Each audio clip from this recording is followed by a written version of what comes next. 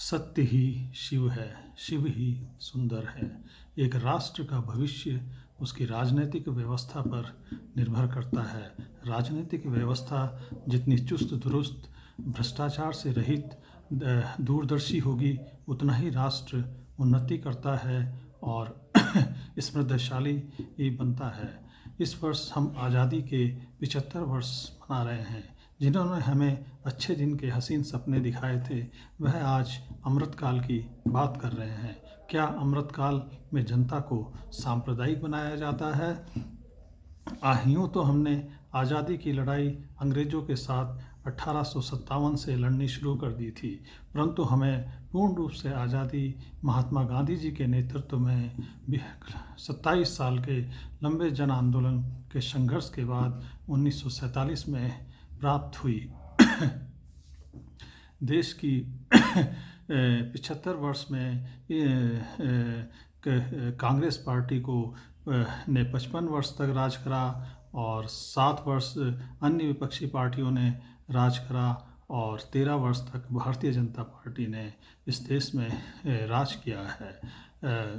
इसमें कोई शक नहीं है कि महात्मा गांधी जी के नेतृत्व में कांग्रेस पार्टी की इस देश को आज़ादी दिलाने में एक अहम भूमिका थी और इसी के परिणाम स्वरूप उन्हें लगभग 30 वर्ष तक लगातार भारत में राज्य करने का अवसर प्राप्त हुआ। सन 1977 में कांग्रेस पार्टी के खिलाफ पहली सत्ता विरोधी लहर चली और जनता पार्टी को राज करने का अवसर प्राप्त हुआ, परंतु वह 3 वर्ष तक ही राज कर पाए और 1980 में फिर से कांग्रेस पार्टी सत्ता में लौट आई और 1990 में फिर कांग्रेस पार्टी के खिलाफ सत्ता विरोधी लहर चली और फिर 2 वर्ष तक अन्य विपक्षी पार्टियों को भारत में राज करने का अवसर प्राप्त हुआ और 2 वर्ष के बाद पुनः 1991 में कांग्रेस पार्टी सत्ता में आई और फिर 1996 में फिर कांग्रेस पार्टी के खिलाफ सत्ता विरोधी लहर चली, जिसकी वजह से फिर बीजेपी को राज करने का अवसर प्राप्त हुआ और सन 2004 में फिर बीजेपी के खिलाफ सत्ता विरोधी लहर चली और कांग्रेस पार्टी पुनः सत्ता में आई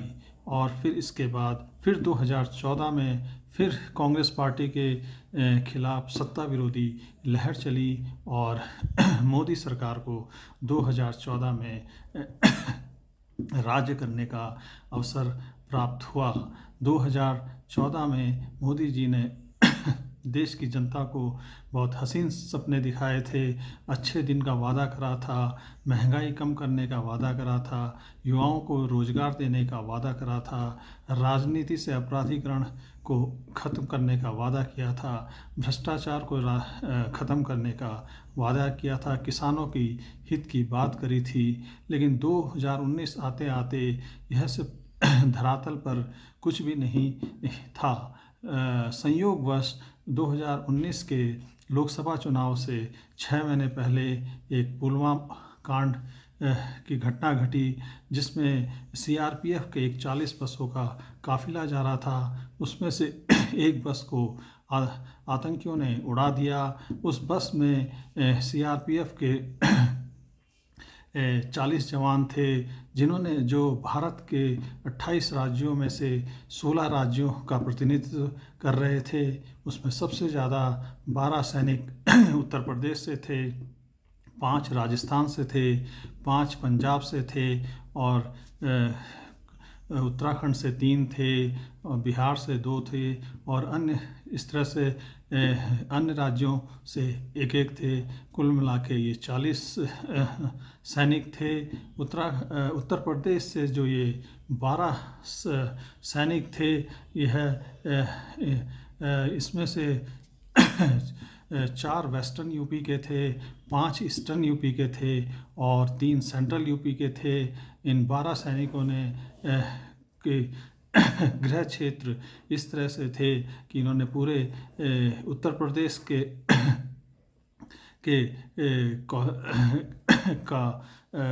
को कवर कर दिया था। और जब 2019 में लोकसभा चुनाव चला तो फिर हमारे सारे मुद्दे धरे के धरे रह गए और जनता में एक सहानुभूति की लहर चली और मोदी सरकार को फिर से 2019 में एक प्रचंड बहुमत से सरकार बनाने का अवसर प्राप्त हुए। आज मोदी सरकार को 2014 से अभी तक राज करते करते 8 वर्ष हो गए हैं। इन 8 वर्षों में महंगाई चरम पर है, थोक दर और महंगाई दर दोनों ही चरम पर हैं। 2014 के मुकाबले वस्तुओं के दाम आज दुगने तिगने और चौगुने हो गए हैं।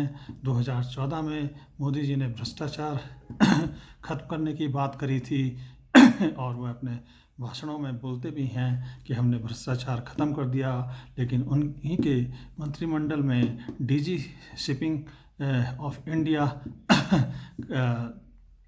का केंद्रीय मंत्रिमंडल में आता है, जहाँ पर मर्चेंट नेवी के युवा अपने जहाज़ पर चढ़ने के लिए लाइसेंस प्राप्त करते हैं और उनके साथ कितना शोषण होता है यह मैं जानता हूँ। लाइसेंस प्राप्त करने के लिए उनको परीक्षाएं देनी पड़ती है, इंटरव्यू देना पड़ता है, लेकिन इंटरव्यू में उनसे धन की मांग करी जाती है और जो युवा धन नहीं दे पाते हैं उनको पास नहीं करा जाता है। लेकिन मोदी जी कहते हैं कि हमने भ्रष्टाचार ख़त्म कर दिया है। इसी तरह राजनीति से इन्होंने अपराधीकरण को ख़त्म करने की बात करी थी। 2014 में लोकसभा में 32% सांसद आपराधिक प्रवृत्ति के थे और जो कि 2019 में बढ़कर ये 43% हो गए थे। और इस तरह से राजनीति में भी अपराधीकरण बढ़ गया और देशवासियों इस देश में दो बड़ी राजनीतिक पार्टियां हैं, कांग्रेस और बीजेपी। देशवासियों, आज जो हमारे भारत के वर्तमान हाल है उसमें पहली जिम्मेदार उसकी कांग्रेस पार्टी है। 2014 में मोदी सरकार ने आपको हसीन सपने दिखाए थे और एक अच्छी सरकार देने का वादा करा था, लेकिन आज 8 साल बाद स्थितियां 2014 से भी बदतर हैं। तो देशवासियों, ये दोनों ही पार्टियां भारत आज़ादी के बाद से भारत का एक सही दिशा को देने में असफल हो गई हैं। इसलिए इस राष्ट्र को एक राजनीतिक व्यवस्था की बहुत ही आवश्यकता है, तभी हम एक नए भारत का निर्माण कर सकते हैं। देशवासियों, मैं न भाषणजीवी हूँ, न मैं एक आंदोलनजीवी हूँ, मैं एक राष्ट्रजीवी हूँ। मैं एक राष्ट्र के हित के लिए परमात्मा की शरण में गया था।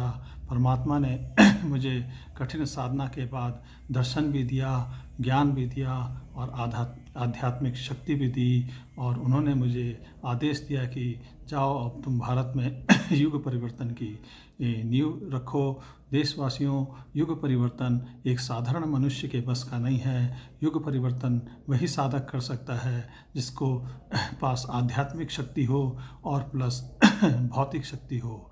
आध्यात्मिक शक्ति तो परमात्मा द्वारा प्रदान की जाती है, लेकिन लोकतंत्र में भौतिक शक्ति जनता द्वारा प्रदान की जाती है। तो मैं इस देश की 130 करोड़ जनता से आशा करता हूँ कि परमात्मा ने मुझे युग परिवर्तन के लिए भेजा है। आप मुझे भौतिक शक्ति से परिपूर्ण करेंगे, ऐसी मैं आप सबसे आशा करता हूँ। देशवासियों, मैं कोई गैर नहीं हूँ, मुझे उसी परमात्मा ने भेजा है जिसकी आप पूजा करते हो। मैं आप ही के बीच से हूँ। मैं एक मध्यवर्गीय परिवार से हूँ। मेरे पास धन नहीं है, लेकिन मेरे पास परमात्मा है, और इसलिए मैं इन धन कुबेरों से, जिन्हें कि कॉरपोरेट हज़ारों करोड़ रुपए चंदा के रूप में देता है, उनसे लड़ने में सक्षम हूँ। देशवासियों, ये दोनों राष्ट्रीय पार्टियां अगर राष्ट्र के प्रति थोड़ा भी गंभीर होती तो अभी तक इनमें से कोई ना कोई मेरे पास आ गया होता, परंतु इन दोनों राष्ट्रीय पार्टियों के अपने अपने एजेंडे हैं। एक पार्टी के पास मीडिया द्वारा प्रायोजित महान पुरुष है, उसे मेरी आवश्यकता नहीं है, और दूसरी पार्टी अपने अहंकार में है। 2024 उन जागरूक बुद्धिजीवियों के लिए एक सुनहरा अवसर है जो अपनी भारत माँ राष्ट्र के लिए कुछ करना चाहते हैं, परंतु उनको अभी तक अवसर नहीं मिल पा रहा है। उन तमाम साथियों को मैं 2024 में अवसर प्रदान करूँगा।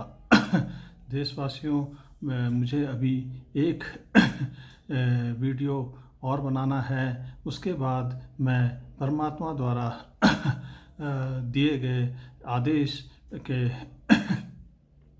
पर उसके बाद परमात्मा द्वारा युग परिवर्तन के लिए दिए गए आदेश के लिए मुझे जिस के भी दरवाजे पे जाना होगा मैं जाऊंगा। लेकिन अब मैं चाहूँगा कि जो इस परमात्मा द्वारा निर्देशित कार्य में अपना योगदान देना चाहते हैं तो वह भी मुझसे संपर्क करें। अंत में 2024 के अभी 2 वर्ष बाकी हैं। मोदी जी, मैं आपसे निवेदन करता हूं कि राष्ट्र हित में कहीं भारत की स्थिति भी श्रीलंका जैसी ना हो जाए, तो राष्ट्र हित में आप अपने पद से इस्तीफ़ा दे दीजिए। कहीं ऐसा ना हो कि 2024 में आपके किसी भी नेता की जमानत ही न बचे। जय भारत, जय उत्तराखंड।